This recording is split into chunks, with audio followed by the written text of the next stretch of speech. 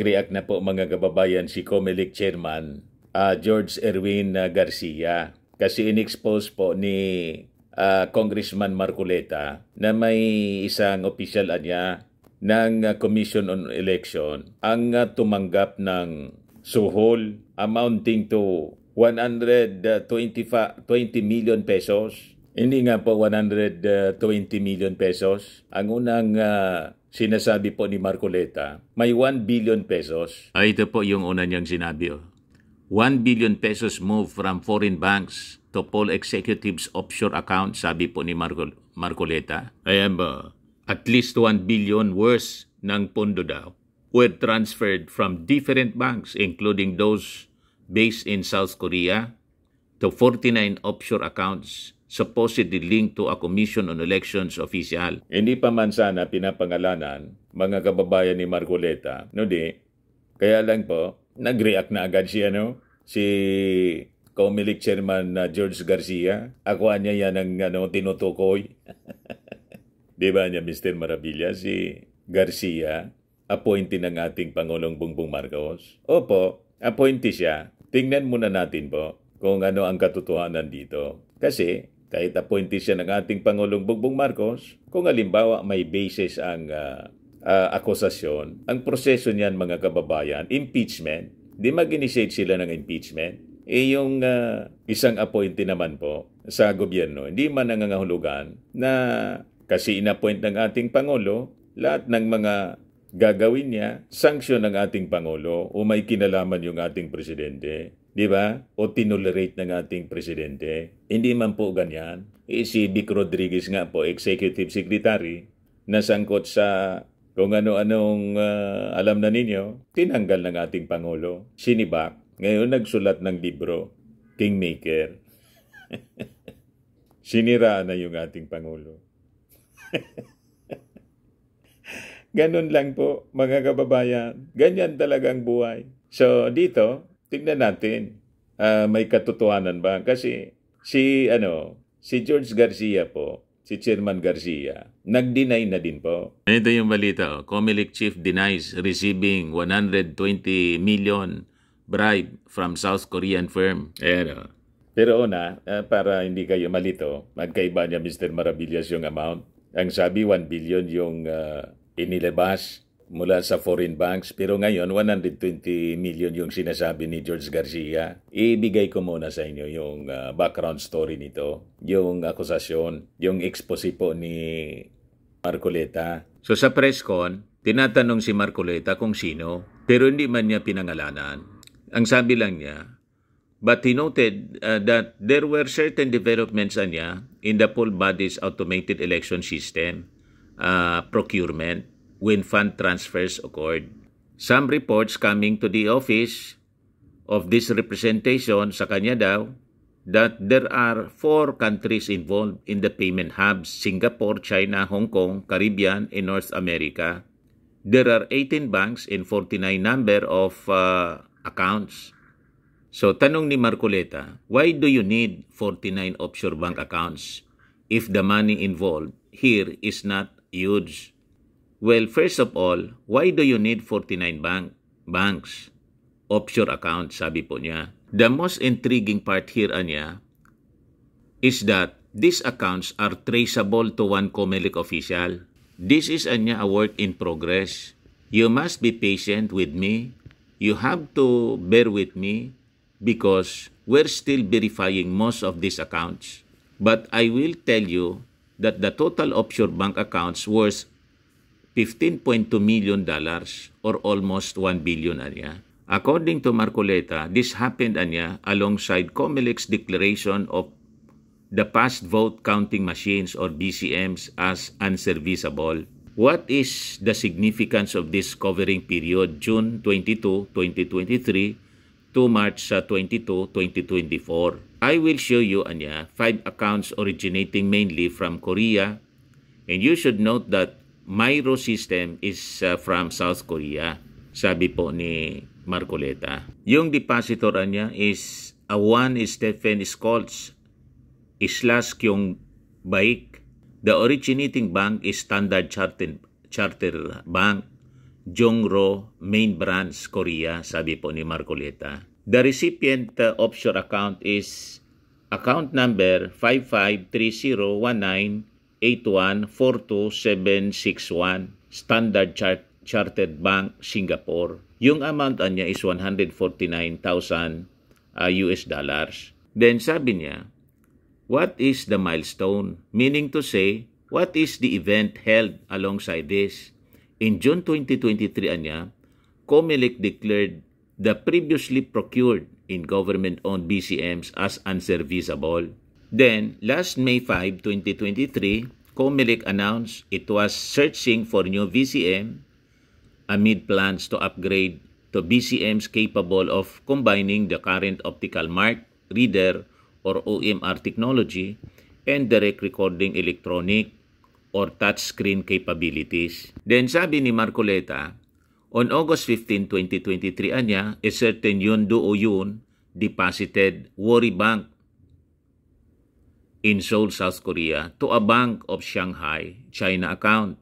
The date we are looking anya at is August 15, 2023. The depositor is a certain Yoon Do-yoon, originating bank, Wori Bank, Seoul, South Korea. Yung recipient offshore account niya, account number 730083602150, Bank of Shanghai naman sa China. Yung amount niya is 157,350 US dollars. The corresponding milestone niya is on July 21, 2023, yung COMELEC approved the terms of preference for the 2025 national elections. But the TOR was approved without convening the COMELEC Advisory Council. He made the identification. This is in violation of the Omnibus Election Code, sabi po ni Marcoleta. He also mentioned other bank transfers that supposedly correspond to COMELEC developments. Ang sinasabi niya, pag may mga nangyayaring developments po in relation dito sa BCMs ng COMELEC, bilang preparasyon po sa 2025 elections, may movements ng mga pera na ang tinutumbok, may suhulan anyang nangyayari involving a COMELEC official. Ang tinutumbok po si Garcia. Madaling sabi para hindi na kayo masyadong malito dito sa kwento. Mahaba ang kwento eh. Ngayon, sabi dito sa balita, Marcoleta also revealed other transactions but he admitted that the verification of this transaction still ongoing. Hindi pa man po siya sigurado, madaling sabi. Ongoing pa. Ngayon, bilang reaction po, sabi rito, Inquirer.net contacted COMELEC Chairperson George Garcia after Marcoleta's briefing. And in reply, the official sent copies of a letter he wrote to the National Bureau of Investigation. In the letter to the NBI, Garcia requested for an investigation regarding the allegations that he has offshore accounts which were spreading online. Several lawmakers and political parties have expressed concerns over the COMELEC's alleged preference for Myro, which bagged the contract for COMELEC's full automation system with transparency audit count or fast track. Yung deal includes the supply of 110,000 automated counting machine, election management systems, consolidation and canvassing systems, ballot printing, ballot boxes, and other peripherals. Madaling sabi, tumanggap daw ng suhol itong si George Garcia. And it could be basis for impeachment. Yan, sabi po ni Marcoleta. There are viable grounds to impeach top officials of the Commission on Elections based on its award contract to South Korean firm Myro Systems for the 2025 midterm elections. O ngayon, so ito na yung sagot po ni Garcia. Nag-react na po siya. Nag-deny po siyempre. Ayan o. Nag-deny siya na tumanggap siya ng suhol amounting to 120 million pesos. Kasi ako yan tinutumbok. So nagpa-imbestiga na siya mismo. May sulat daw siya sa NBI na mag-imbestiga. So sabi dyan, COMELEC Chair George Erwin Garcia branded as malicious in part of a demolition job niya a lawmaker allegations about bribe money being deposited in his offshore bank accounts during the bidding for the new automated election system service provider. Sabi po ni Garcia that he learned of the plot against him about 2 weeks ago and asked the National Bureau of Investigation to look into it. So before pa pala na nag-papreskon si Marcoleta, nakatunog na siya. 2 weeks ago, natunugan na niya na may nagpa-plot laban sa kanya. Ako anya yung tinutumbok ni Marcoleta, sabi po niya, we have information about a planned demolition job against Comelec for 2 weeks already, sabi po ni Garcia. In truth, I don't have even one foreign account.